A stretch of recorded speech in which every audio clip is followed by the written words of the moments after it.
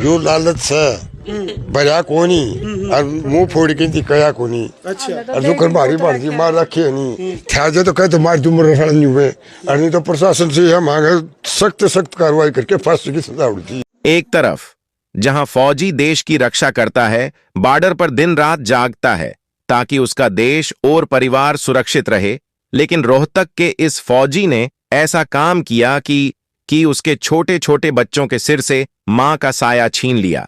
उसने दहेज के चलते अपनी पत्नी के सीने में गोलियां उतार दी। पुलिस की प्राथमिक जांच के अनुसार घरेलू कलह के चलते फौजी ने अपने हंसते खेलते परिवार को तबाह कर लिया है। वहीं बताया जा रहा है कि आरोपी पति कश्मीरी एक दिन पहले ही कश्मीर से छुट्टी पर आया था। मृतका नीलम 3 बच्चों की मां थीं, जिनमें से एक करीब 6 साल की बड्ढी बेटी और 2 छोटे बेटे। घटना के बाद परिवार में मातम छाया हुआ है। मृतका नीलम की मां ने विलाप करते हुए कहा कि हमें आज फोन आया कि नीलम ने जहर निगलकर आत्महत्या कर ली है और आकर अपनी बेटी को ले जाओ।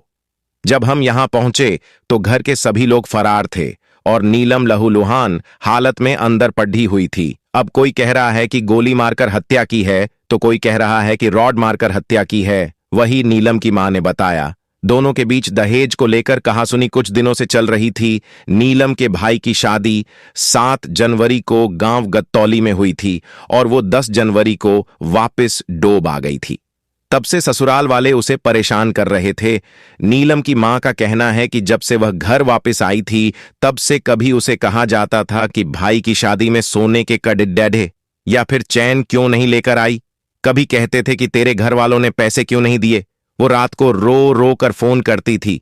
नीलम के भाई की शादी में उसका फौजी पति छुट्टी न मिलने का बहाना बनाकर नहीं आया था, लेकिन अब हत्या के लिए उसे छुट्टी भी मिल गई। नीलम के मामा ने कहा कि नीलम की शादी 12-13 साल पहले फौजी के साथ हुई थी। आज फौजी ने 11:30 बजे फोन कर नीलम के पिता से कहा था कि बेटी ने गोली खाकर सुसाइड किया है, लेकिन जब हम यहां आए हैं तो बहुत बदबू आ रही थी और बेटी लहूलुहान हालत में थी। ये पैसे के लालच में की गई हत्या है।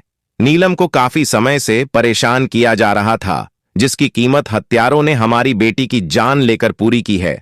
हमारी प्रशासन से यही अपील है कि उसे ढूंढकर सख्त सजा दी जाए। ऐसा इंसान क्या देश की रक्षा करेगा जिसने चंद पैसे गहनों के लिए अपनी ही पत्नी की हत्या कर दी। उसे अपने छोटे छोटे बच्चों पर भी दया नहीं आई। ऐसे हत्यारे पति और बेरहम पिता को लेकर, ऐसे दहेज के लालचियों को लेकर आपकी क्या राय है? कमेंट बॉक्स में जरूर बताएं।